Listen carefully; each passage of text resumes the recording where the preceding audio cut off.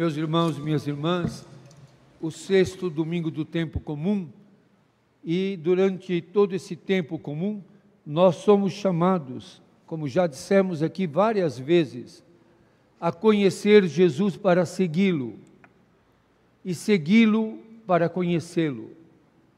Não são coisas separadas, o conhecimento e o seguimento, porque o seguimento é compromisso. Seguir Jesus é comprometimento.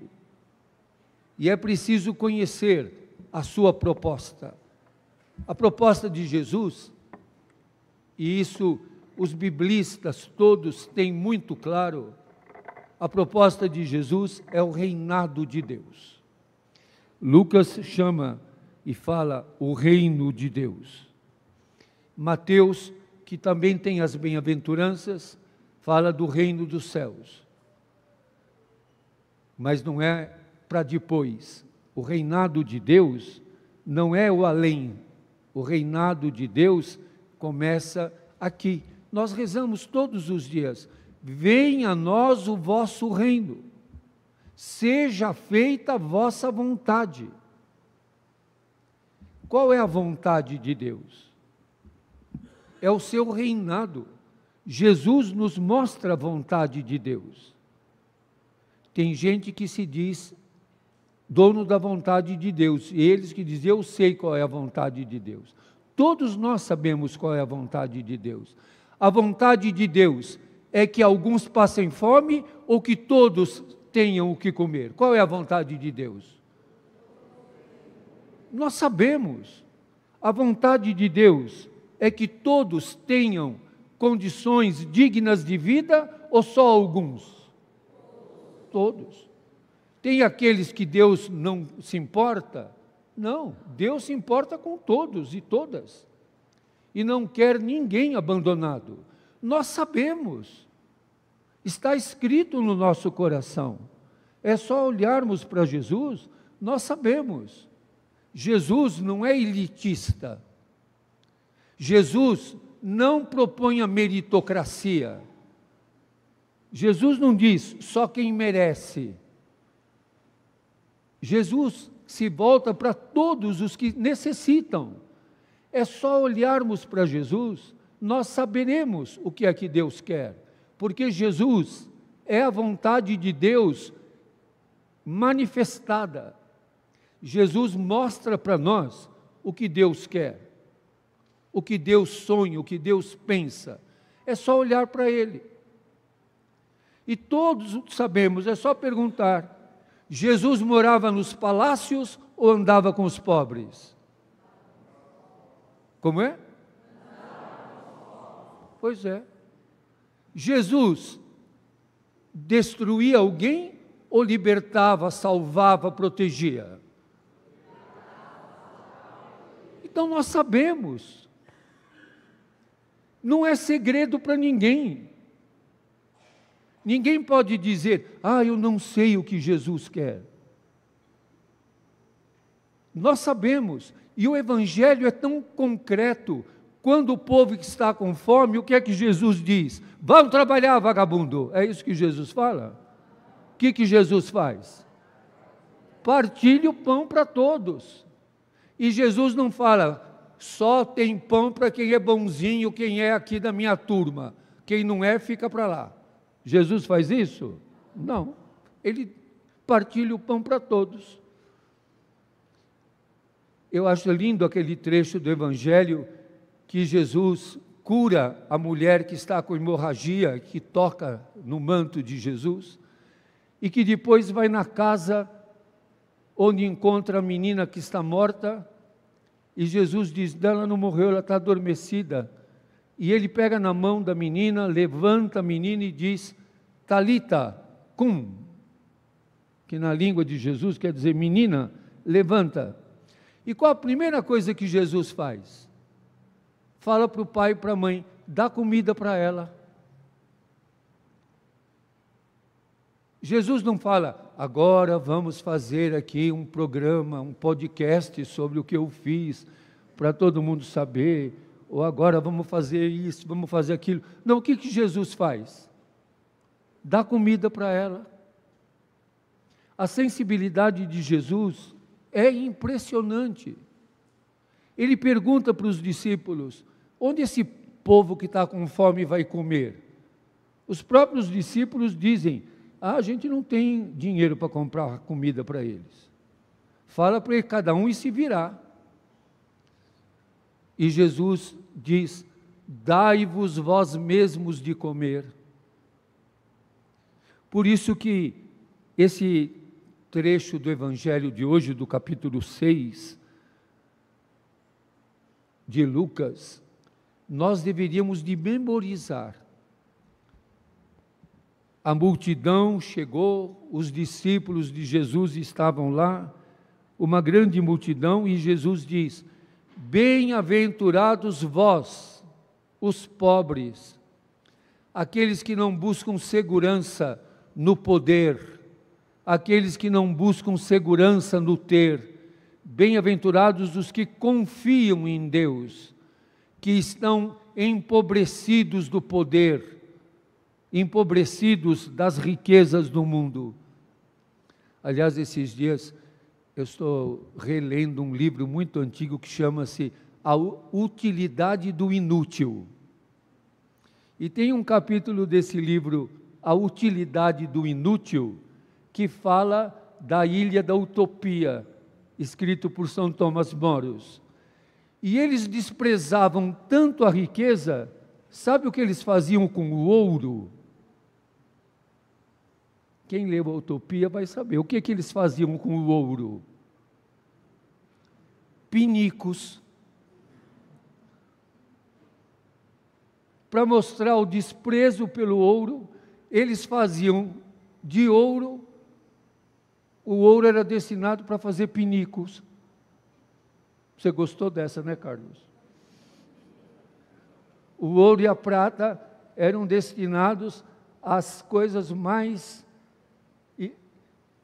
desconsideradas.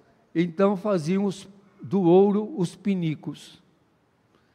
Aqueles que confiam em Deus e não no poder, não na meritocracia, não em ser melhor que os outros, a supremacia.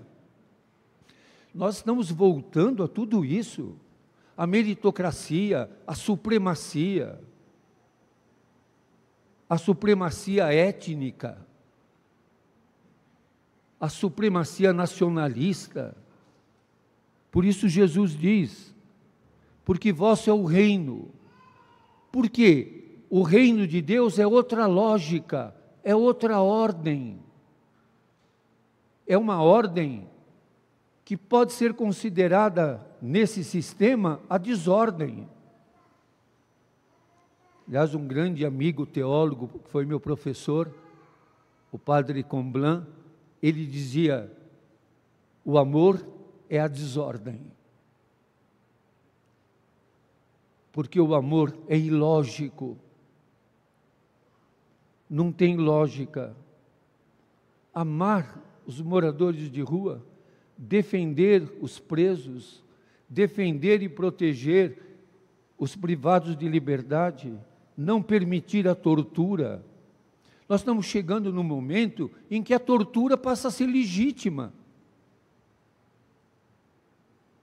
em que maltratar os indígenas, discriminar, ser preconceituoso, passa a ser normal. Rejeitar o morador de rua porque ele está sujo, porque ele não está cheirando bem no consultório médico, passa a ser lógico. Por isso que eu já falei aqui, toda vez que vocês falarem alguma coisa, ouvirem alguma coisa e as pessoas disserem é lógico, suspeite. Porque a gente está falando de qual lógica? A lógica desse sistema é desumana.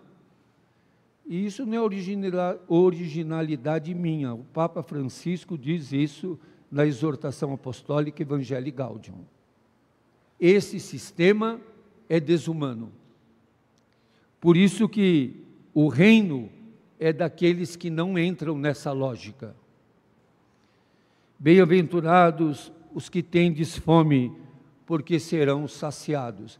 A gente podia fazer uma placa dessa e pôr lá no refeitório das irmãs em Aparecida. Bem-aventurados os que agora tendes fome, porque sereis saciados. A gente podia fazer essa plaquinha e levar essa plaquinha pelas ruas, quando vai levar comida para os irmãos de rua e vem a fiscalização e a repressão da prefeitura. Quem falou isso? Jesus. Bem-aventurados os que agora tendes fome, porque serão saciados. Bem-aventurados vós que agora chorais, porque havereis de rir. Eu achei interessante que um religioso falou que esse chorar é chorar os pecados. Quem tem que chorar os pecados são os poderosos. Quem tem que chorar os pecados são os que oprimem os fracos, os que oprimem as mulheres, os que são fomentadores de LGBTfobia, os que matam as mulheres trans, os que atacam os sem terra, os acampados, os que usam de força vergonhosa contra os moradores de rua. Esses têm que chorar o pecado, porque o pecado é esse: maltratar o irmão,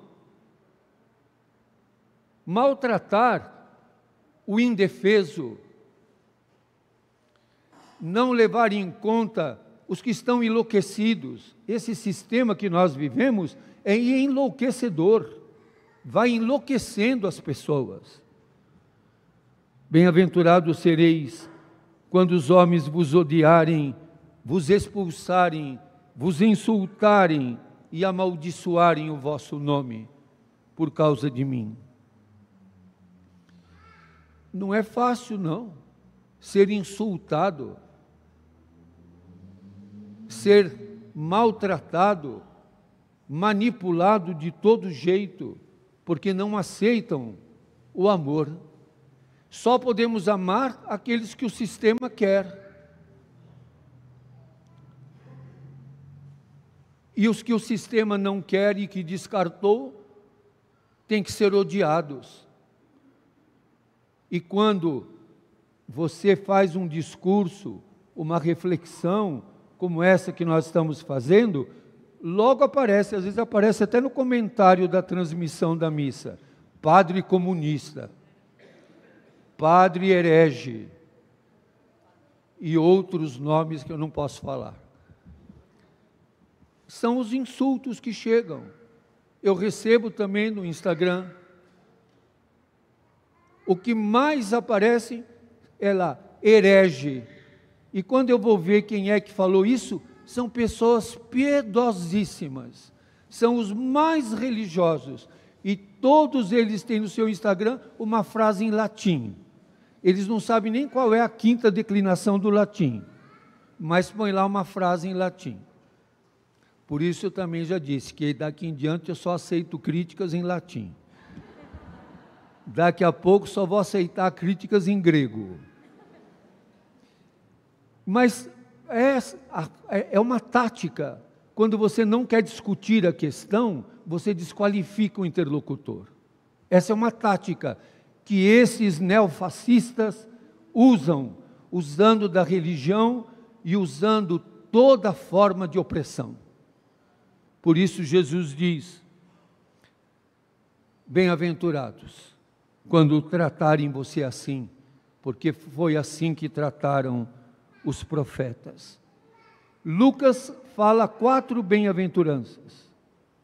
Mateus 8, que é o número da ressurreição. Mas Lucas coloca os 4 lamentos. Esse ai não é de ameaça, é de lamento. Jesus lamente e diz: ai de vós ricos, porque já tem a sua consolação. Ai de vós. Que pena o que os agora têm fartura, porque vão passar fome. É o Lucas que coloca no Magnificat de Maria: Deus derruba do trono os poderosos e exalta os humildes. despede de mãos vazias os ricos e os pobres enche de fartura. É o próprio Lucas. Ele diz: que pena vocês que agora estão rindo, porque tereis luto e lágrimas. Que pena quando todos vos elogiam. Era assim que os antepassados deles tratavam os falsos profetas.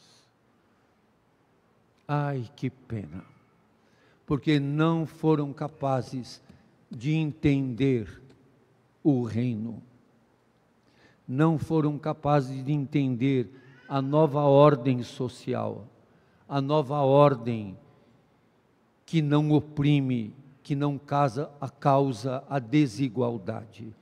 A desigualdade é o pecado maior, que fere a imagem de Deus. Não é lícito deixar o Filho de Deus faminto, não é lícito deixar o Filho de Deus andrajoso, não é lícito discriminar um filho e a imagem de Deus, não é lícito ofender, machucar, destruir um filho de Deus. Os filhos de Deus somos todos, somos todas.